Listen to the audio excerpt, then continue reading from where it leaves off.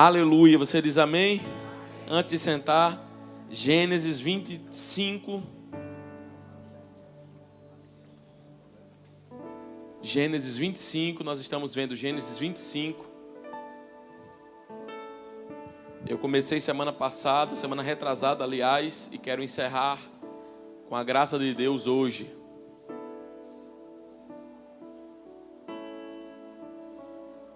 Gênesis 25, versículo 5 diz assim: Porém, Abraão deu tudo o que tinha a Isaque, mas aos filhos das concubinas que Abraão tinha, deu presentes.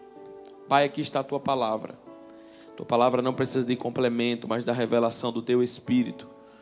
Em nome de Jesus, continua falando com cada um dos nossos irmãos nesta manhã. E toda a igreja diz... Você pode sentar.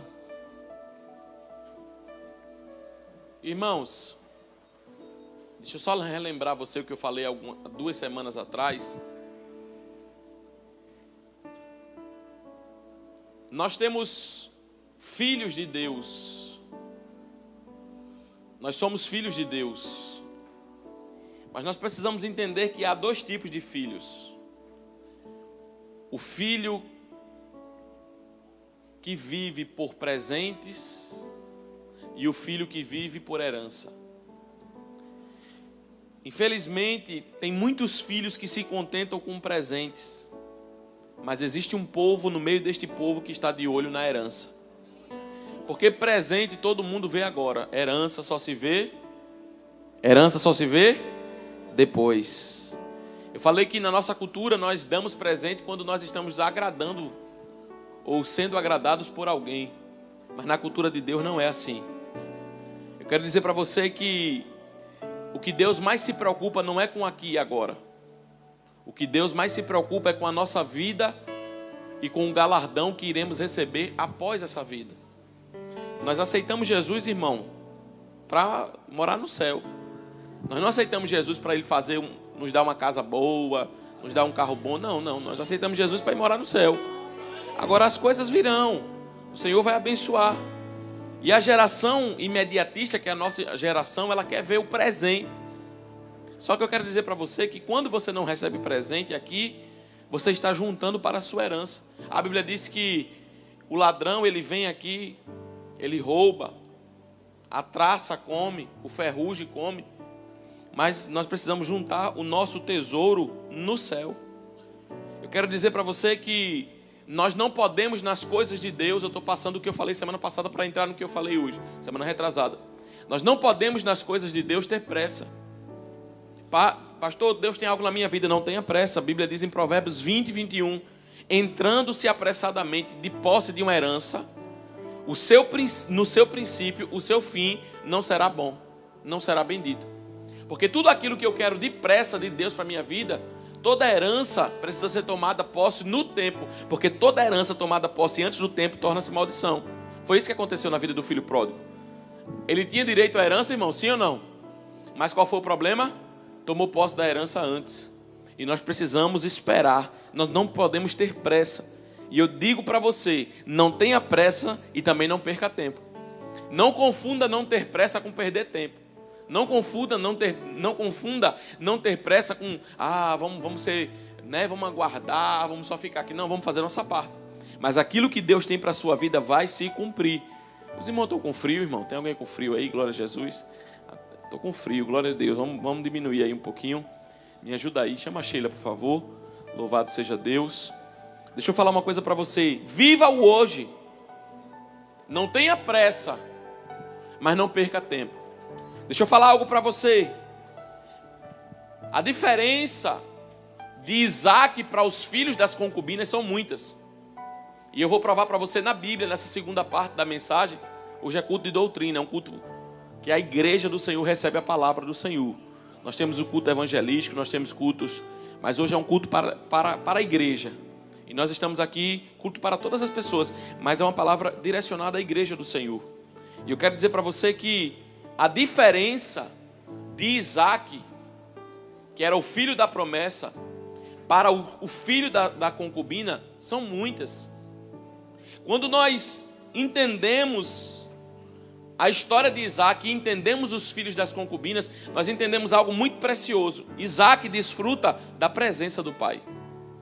Os filhos das concubinas, eles desfrutam dos presentes e se contentam com os presentes que eles recebem. Deixa eu falar uma coisa para você. Não existe a história de Abraão na Bíblia. Não existe a história de Abraão com os outros filhos, com os filhos das concubinas. Não existe. Mas quando você vai ler a história de Abraão com Isaac, o texto que nós mais nos deparamos e que mais nós vemos a caminhada de Abraão com Isaac é em Gênesis 22. Quando Deus faz uma prova, quando Deus prova Abraão e diz que deseja ter Isaac. E eu quero dizer para você nessa manhã que algumas coisas acontecem e nessas coisas eu quero basear a mensagem para nós encerrarmos aqui. O primeiro ponto que eu acho interessante é o versículo 3. A Bíblia diz que quando o pai de Abraão, o pai de Isaac chama ele, Abraão, chama ele pela madrugada. Que horas, irmão? Fale forte comigo. Que horas o pai dele chama ele? Era madrugada. Aí você olha assim, pastor, por que Abraão deu tudo que tinha a Isaac e aos filhos das concubinas Abraão só deu presente? Porque quando Abraão chamava Isaac, dizia, meu filho, é de madrugada, levanta, chegou a hora do sacrifício. Isaac dizia, pai, eu vou sacrificar. Você entende por que o filho da concubina só recebia presente? Porque o filho da promessa, o filho, Isaac, quando o pai chama ele não diz assim, pai, já que não vai ter nenhum benefício para mim, eu não vou não. Quando o pai diz assim, chegou a hora, meu filho, na madrugada, de você orar. Chegou a hora de você sacrificar. Por que sacrifício? Porque madrugada é hora de quê, irmão? Do melhor sono. 3 horas da manhã, 2 horas da manhã, é a hora do melhor sono. E o pai está chamando Isaac e dizendo, meu filho, chegou a hora de você sacrificar. Sabe o que Isaac faz? A Bíblia diz que eles levantam. Deus está procurando uma geração que tenha relacionamento com Ele. Seja de manhã, seja de tarde, seja na madrugada. Uma geração que levanta e diz, não importa se é de madrugada, não importa se é de manhã, não importa se é a melhor hora do sono, eu levanto, Pai, porque eu busco a Tua presença. Pastor, por que Deus deu tudo para Isaac, mas não deu para o filho da concubina? Porque chegou um momento na caminhada, no versículo 5, que Abraão diz assim, vamos deixar os servos aqui. Vamos deixar o jumento aqui, porque nós dois vamos subir para adorar. Pastor, por que Deus deu tudo para Isaac? Porque Isaac adora fora da presença dos servos. A coisa mais fácil que tem é a gente ser envolvido num ambiente de adoração e adorar a Deus com todo mundo junto aqui. Só que para Isaac tem algo diferente. Quando ele não está na presença dos servos, quando o pastor não está vendo, quando o líder não está vendo, quando a igreja não está vendo, você pode procurar ele, que ele está na beira da cama adorando a Deus. Você pode procurar ele, que ele está levantando as mãos e dando glória a Deus no trabalho dele. Você pode procurar ele, porque onde ele estiver e o que ele estiver fazendo, o que estiver acontecendo na vida dele, torna-se uma adoração. E ainda mais como o texto fala de Abraão, que Abraão chamou ele para deixar os servos e para deixar o jumento. Por quê? Porque nós precisamos entender que se a nossa vida com Deus for aqui na igreja, nós não vamos ter um relacionamento sólido com Deus. Porque nós precisamos entender que buscar a presença de Deus é fora daqui. Aqui é só uma reunião, irmão. Aqui é só um momento, aqui é só um ajuntamento de pessoas. Mas Isaac, quando o pai dele diz assim, deixa o servo e deixa o jumento, porque chegou a hora de eu e você adorar. Quanto tempo você tem gasto na sua vida de intimidade com Deus? Você e Deus só. Pastor, por que Deus deu tudo para Isaac? Olha aqui, meu filho. Porque na hora de sacrificar sozinho com o pai, Isaac estava lá. Papai, só eu e você. Eu te amo. Eu te adoro. Eu glorifico o teu nome. Eu exalto o teu nome. Ninguém está vendo, mas eu tenho minha vida de oração. Ninguém está olhando, mas eu tenho meu momento com Deus. Sabe o que eu acho interessante no relacionamento de um pai com um filho que representa Deus, que representa a nossa vida com Deus? Outra coisa que me chama a atenção é o versículo 6. A Bíblia diz que chegou um momento da adoração que Abraão diz assim: Isaac, nós vamos deixar os servos aqui, nós vamos deixar o jumento aqui, porque nós vamos adorar. Sabe o que é que Abraão faz? Ele pega a lenha do sacrifício e ele coloca sobre as costas de Isaac. Porque não existe nenhuma adoração, não existe nenhuma vida com Deus sem haver sacrifício. A lenha nós temos que carregar no ombro. A lenha nós temos que carregar sentindo o peso dela. Por quê? Porque a lenha é o que faz o altar pegar fogo. A lenha é o que traz o fogo de Deus sobre as nossas vidas. E tem muita gente, irmão, que chega num ambiente e ele gosta de encontrar o culto pronto. Mas não existe culto pronto, porque a lenha está na sua mão. Ô pastor, e o fogo? O fogo e o cutelo estão na mão do pai. Está escrito, enquanto Isaac pega a lenha, o pai está com fogo pronto. Enquanto Isaac faz a parte dele, Deus já está com fogo dizendo: eu vou começar a incendiar a tua casa, a tua família, teus parentes, teu trabalho, tua vida, mas eu preciso ver a lenha que está com você. Então, irmão, quem é que... Veja se isso não é uma simbologia, veja se isso aqui não é Deus fazendo sobre nós. Quem é que carrega fogo?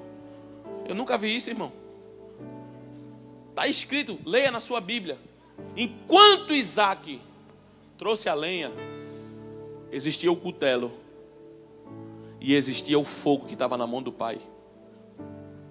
Nós precisamos fazer a nossa parte. Nós precisamos trazer a presença de Deus. Sabe o que eu acho interessante? É porque é sobre a nossa responsabilidade buscar, carregar, ter esse compromisso com Deus. Nós precisamos entender que na nossa vida nós somos o corpo de Cristo. E no corpo existem muitas partes. E cada uma dessas partes são importantes. E quando um traz um graveto, outro traz outro graveto, outro traz outro graveto, outro traz outro graveto, quando ajunta tudo, irmão, vira um fogo. Deus não quer que você carregue a lenha toda sozinho, não. Ele só quer que você faça a sua parte. Porque às vezes nós olhamos e enxergamos. Existem duas maneiras erradas de olhar o Evangelho. Duas maneiras. Quantas? Primeiro, achando que é muito fácil. E segundo, achando que é muito difícil. Não. Evangelho é a medida certa.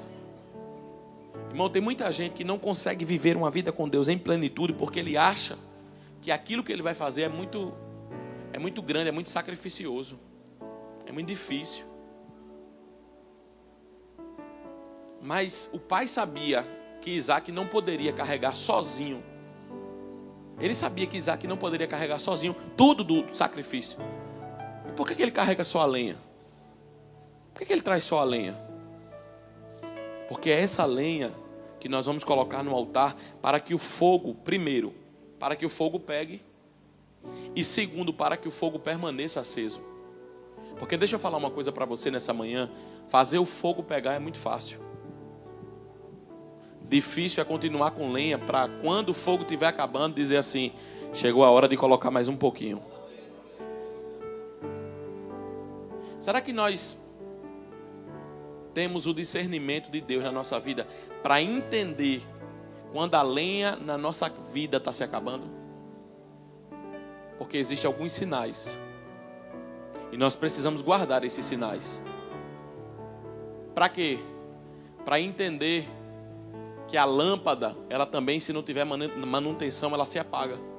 A Bíblia diz que a lâmpada de Deus em Samuel, 1 Samuel capítulo 3, estava se apagando. Mas o que foi que aconteceu? Antes da lâmpada se apagar, Deus chamou Samuel. Porque saiba de uma coisa: se eu não quiser, a lâmpada de Deus não se apaga. Deus levanta alguém. Então nós precisamos ter a lenha na nossa vida para dois momentos. Primeiro, para iniciar. Porque tem gente, irmão, que nem começou. Tem gente que já recebeu tanta lenha, veio para o culto, está levando lenha para casa, está levando graveto para casa, está levando para casa, mas ele nem começou a preparar o altar dele ainda. E a lenha está só dos seus ombros. E é preciso você preparar o seu altar. Mas o segundo tipo de pessoa, e o segundo tipo de gente que Deus se retrata nessa manhã, são pessoas que estão vendo a lenha do altar acabar e não tem coragem de repor. A nossa vida com Deus, ela precisa de manutenção, assim como tudo na nossa vida. E manutenção, irmão, é parar. Manutenção é trocar. Manutenção é tirar. Nós ainda precisamos tirar algumas coisas da nossa vida que não agradam a Deus. Será que no nosso caminhar, no nosso falar, no nosso vestir, tudo que você está fazendo está agradando a Deus? É manhã de nós nos perguntarmos isso. É manhã de nós olharmos um para o outro e dizer: Senhor, como está a minha vida diante do Senhor? Senhor, o que eu tenho feito que não tem sido o teu agrado? Quais as palavras que não têm agradado o teu Santo Espírito na minha vida? Por quê? Porque um dia você acendeu a fogueira, mas esqueceu que se você não repor, ela vai se apagar por completo. Você acha que tem gente que viveu um evangelho, viveu a presença de Deus, sentiu Deus, foi missionário, foi pastor? Você acha que essas pessoas que hoje não vivem mais nesse contexto, estão afastadas do caminho do Senhor? Você acha que elas se afastaram como? Sem fazer a manutenção devida. Sem pregar para os outros, mas pregar para si mesmo. Sem olhar para dentro de si. Irmão, o cristão precisa ter uma coisa: espelho. Senhor, como é que está a minha vida? Senhor, como é que está a minha caminhada?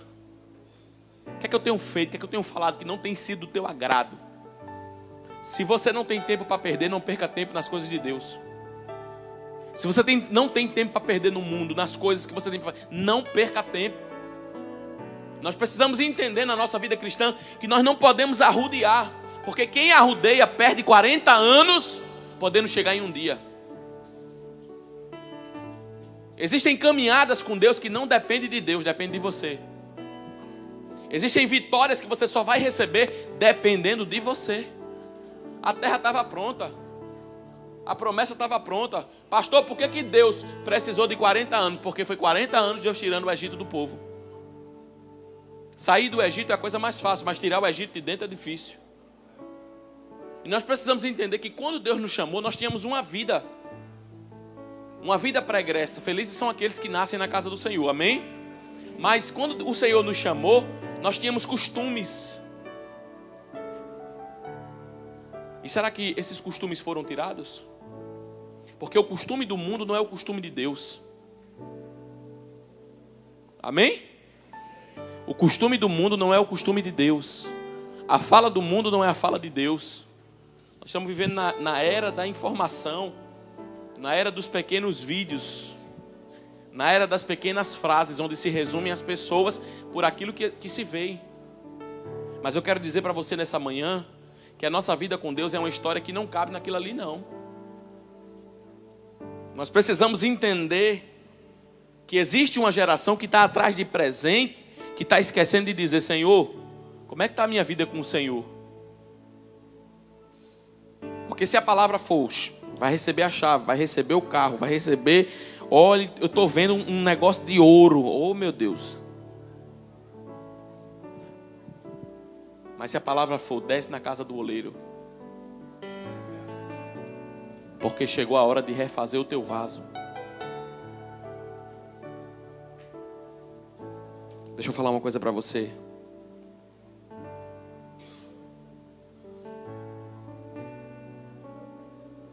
A Bíblia diz que chega uma hora do sacrifício. E sabe por que Isaac recebe tudo do pai dele? Porque chega uma hora do sacrifício que Isaac não entende porque ele está caminhando. A fé de Isaac está sendo abalada porque ele não está vendo o cordeiro para o sacrifício. E aí Isaac faz uma pergunta para o pai dele: papai, eu estou vendo tudo aqui. Eis o fogo, a lenha. Mas onde está o cordeiro para o holocausto? Pastor, por que Deus dá tudo a Isaac? Porque Isaac caminha mesmo sem ver acontecer. A Bíblia vai dizer que Deus, Abraão dá uma resposta assim: Deus proverá o cordeiro para si. Aí o que é que está escrito no versículo 8? Meu filho, assim nós caminharemos juntos. Sabe quem é Isaac? É aquele que diz assim: sabendo ou não, eu não deixo de adorar. Tendo respostas ou não, eu não deixo de servir a Deus.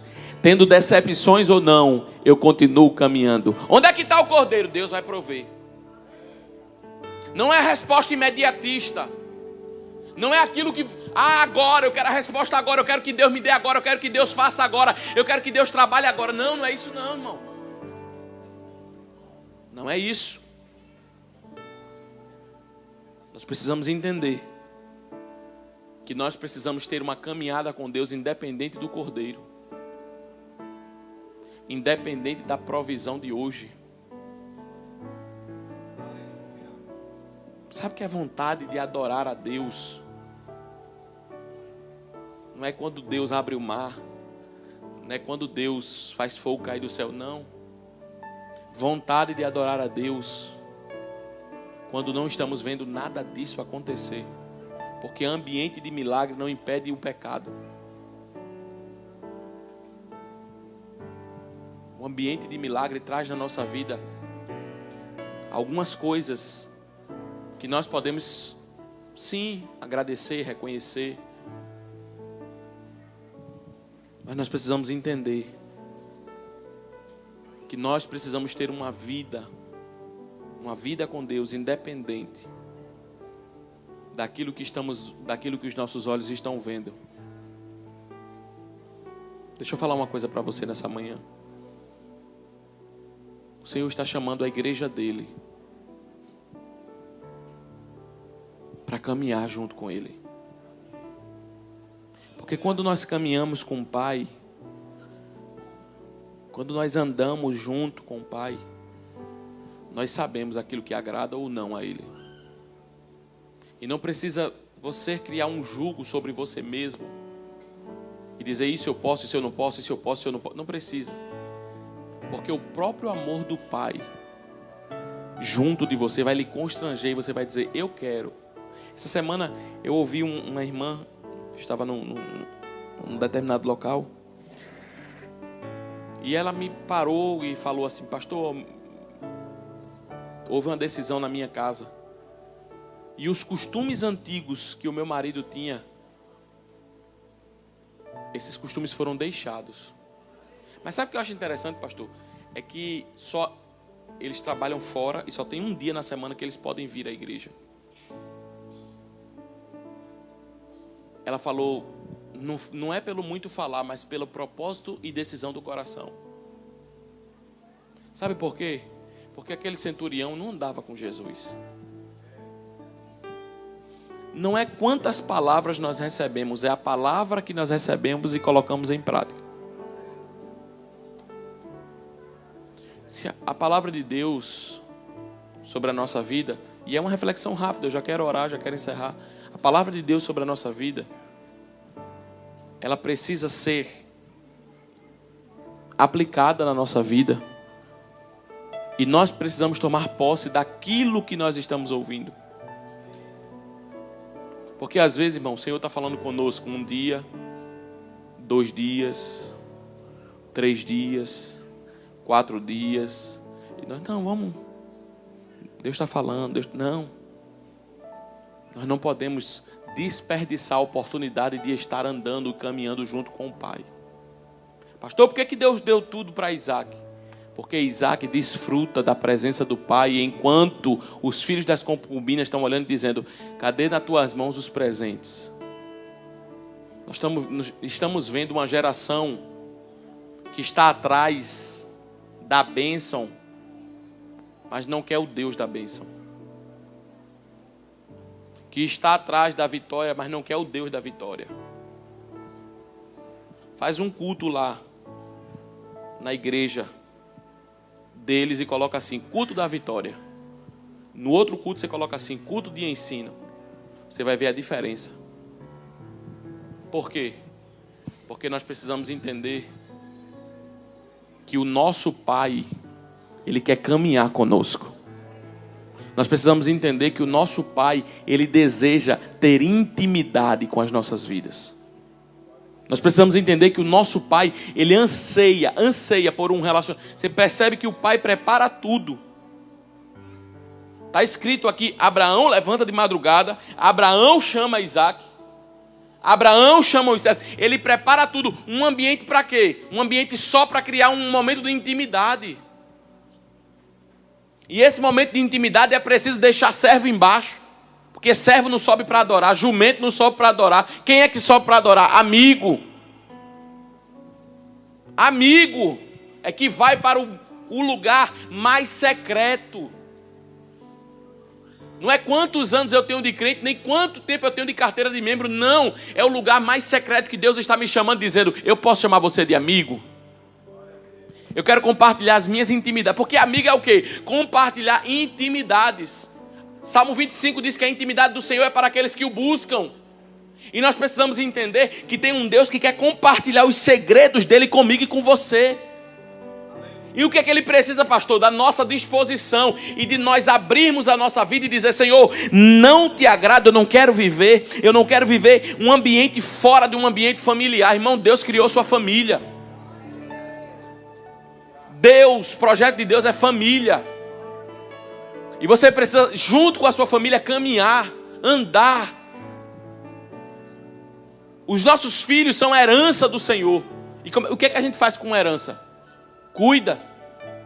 Porque do mesmo jeito que nós podemos aumentar a herança, nós podemos acabar com ela. Quais são os ensinamentos que os nossos filhos estão vendo? Telefone 24 horas? Que é mais fácil deixar lá? Quais são os ensinamentos? Sentar com eles. Compartilhar com eles. Conversar com eles. Pastor, mas eu não fiz isso com meu filho. Tem quantos anos, irmão? Hoje eu tenho 70, meu filho tem 50. Faça agora. Porque o pior sentimento é o sentimento de culpa que prende e aprisiona você e impede você de caminhar hoje. Hoje você está tendo essa oportunidade. Hoje Deus te deu uma vida nova. Hoje você tem a oportunidade de ensinar o seu filho no caminho do Senhor. E não é, irmão, não é fácil. Educar não é fácil. Ensinar não é fácil. Não é fácil. Porque sabe o que é educar e ensinar? É toda hora. Aí você bota de um jeito o menino ali. Daqui a 5 minutos já está diferente. Aí você tem que ensinar de novo. E isso cansa, irmão. Mas como é que nós vamos deixar os nossos filhos serem criados? Pela escola que eles vivem?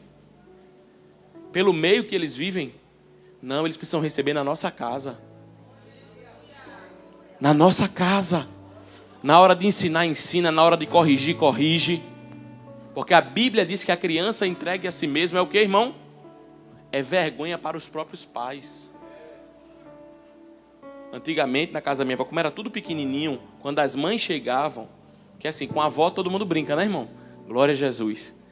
Mas como era tudo pequenininho, que as mães chegavam de noite, eu ficava olhando, a gente parecia um exército, uma fileira. E quando a mãe perguntava, foi que fulano fez durante o dia? Começava a sentença, o juízo final. E aí, o que é que acontecia?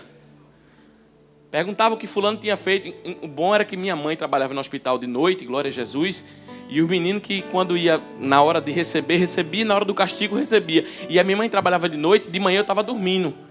Glória a Deus. Então, se fosse para levar um castigo, levava da minha avó. Mas levar castigo de vó é muito bom, que é com pena. Glória a Jesus. E aí eu via os meus primos, meu Deus. A mãe dizia coisa e tal, e a minha avó, né? Meu Deus, eu até ri um dia que ela foi dar um cascudo em mim. Ela deu com tanto amor que eu digo, glória a Jesus. E aí, irmão,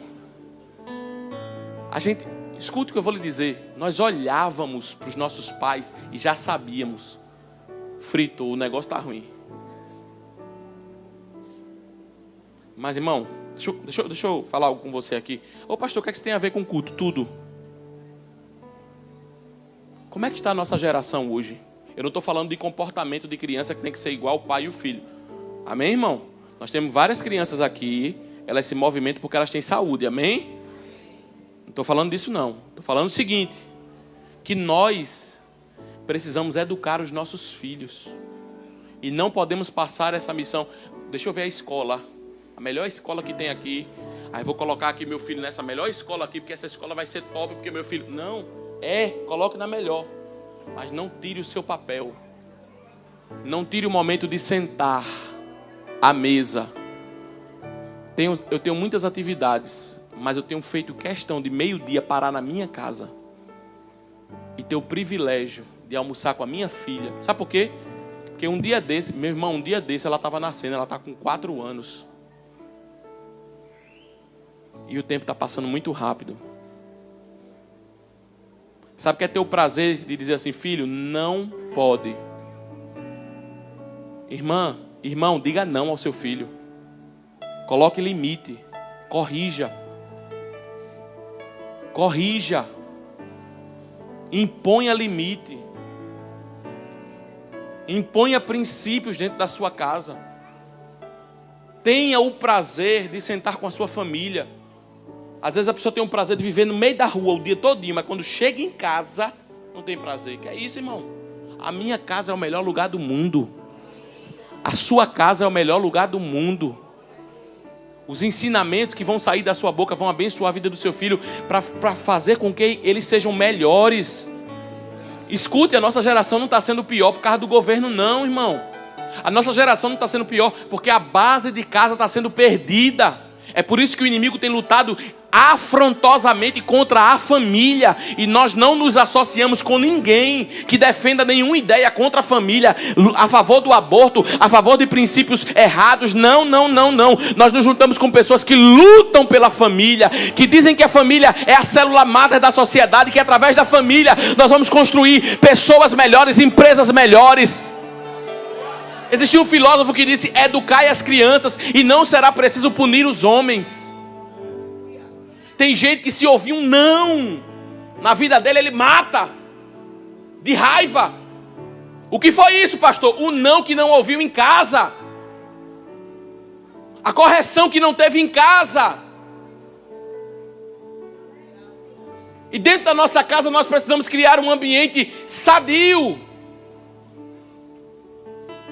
Adolescente, jovem, mora com seu papai e com sua mamãe, aprenda que enquanto você estiver lá, você está comendo da comida do seu pai, você está vestindo da roupa que seu pai lhe dá, respeite. Não tem essa não, irmão. O senhor você é demais, velho. Que história é essa? Que história é essa, irmão? Nós temos princípios, valores. E o diabo não vai deturpar isso por uma massa de mídia que aparece na televisão e que acha que quer ser o que quer e que os outros também vão ser. Não, você pode ser o que você quiser, mas eu sou padrão de Deus. Na minha casa tem fogo, na minha casa tem altar, na minha casa tem lenha e o Espírito Santo passeia nela.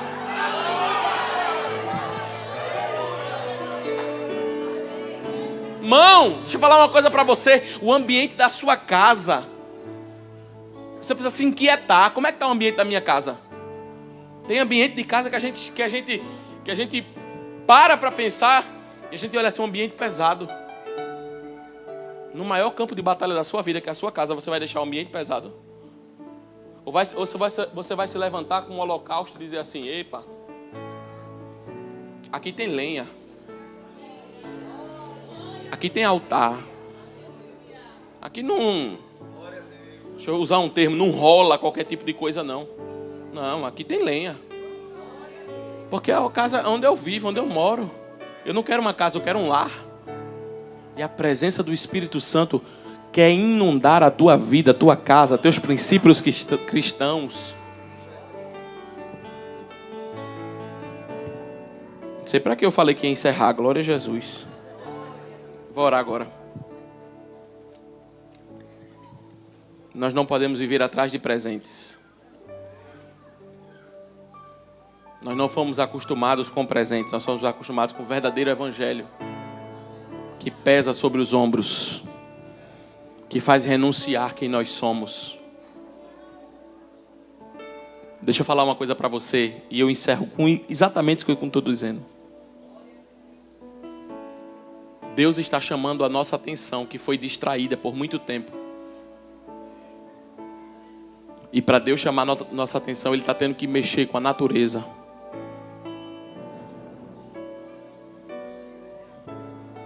Ele está tendo que mexer com bactérias, com algumas coisas que os homens não descobrem.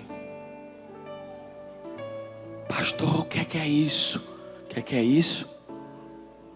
Ô irmão, deixa eu falar uma coisa para você. Você tem uma casa, mas você compra outra casa. A casa dos seus sonhos. Você vai lá, coloca um móvel um dia, arruma um quarto, o seu coração já está alegre. Porque aquela casa que você está, por mais dificultosa que seja, você sabe que você está ali por um tempo, mas vai sair para a sua casa. E aí algumas coisas nessa casa acontecem, goteira, infiltração, cai parede, cai reboco. Como é que você fica? Quando você mora só nessa casa e não sai para casa nenhuma, você se diz, meu Deus, tenho que arrumar, tenho que fazer isso, tenho que fazer aquilo. Se não tiver dinheiro para fazer a goteira, pega um balde.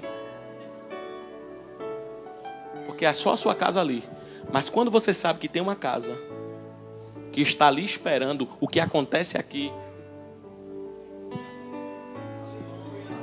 você olha e diz assim, pode até cair goteira, mas a minha casa está intacta. A que eu fiz é impermeabilizável.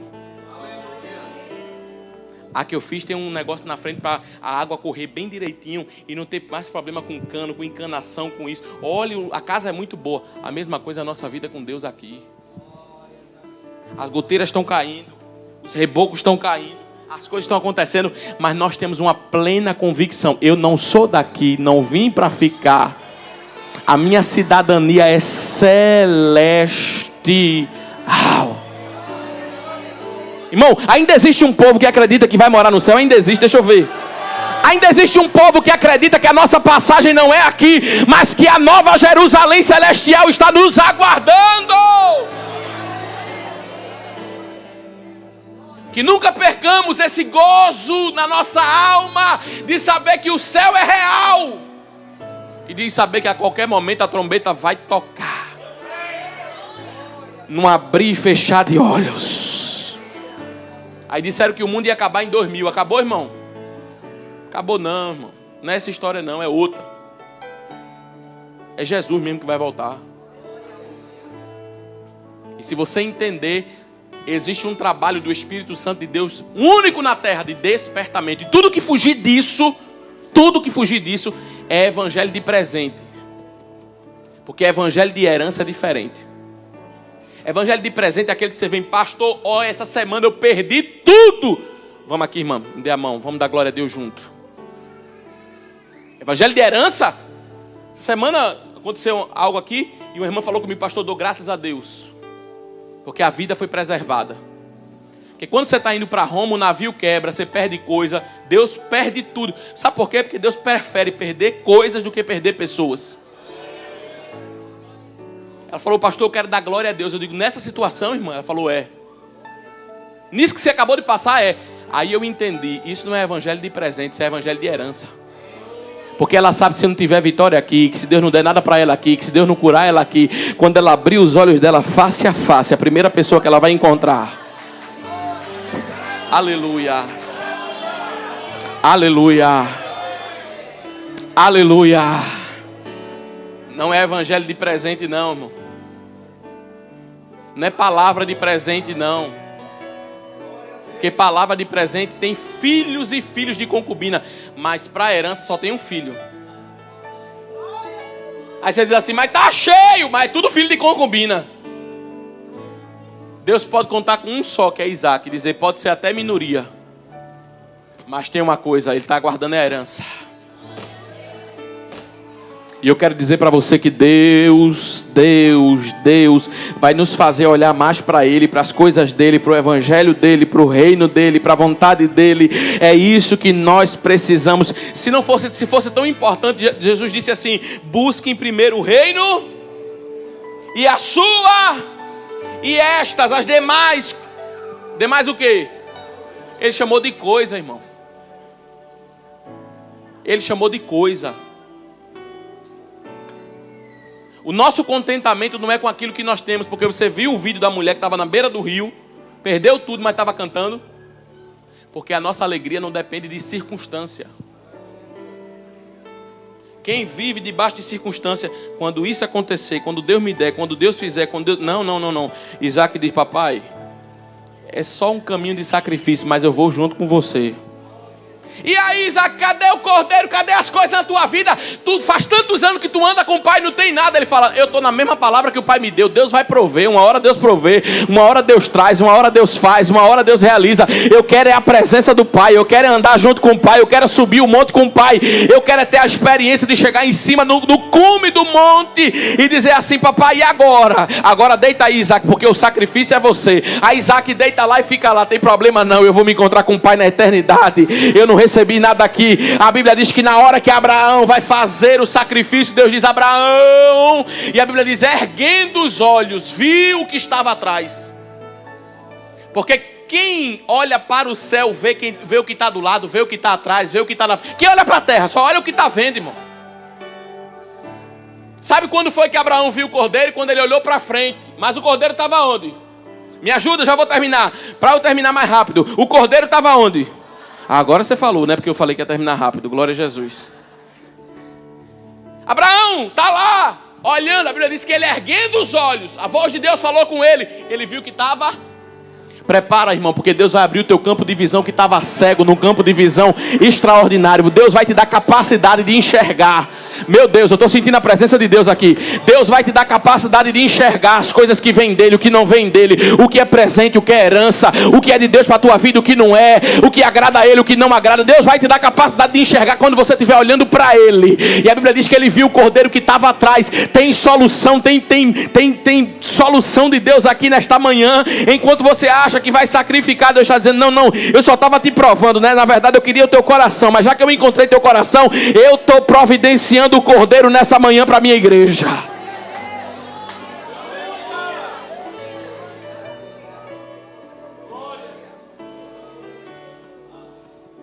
Tem testes que depois que você passa, você vê o cordeiro. Você, meu Deus, fechou tudo. Porta tudo fechada, tudo trancado, não deu certo nada. Aí Deus está dizendo, era só para você ver. É porque tem uma hora que não tem cordeiro. E você só fazendo sua parte. Cadê o cordeiro? Nada. Só para testar. Só para provar. Se o que você está buscando é a minha presença. Eu quero orar por você nessa manhã. Que a chama do Espírito Santo na nossa vida nunca venha se apagar. Fique de pé.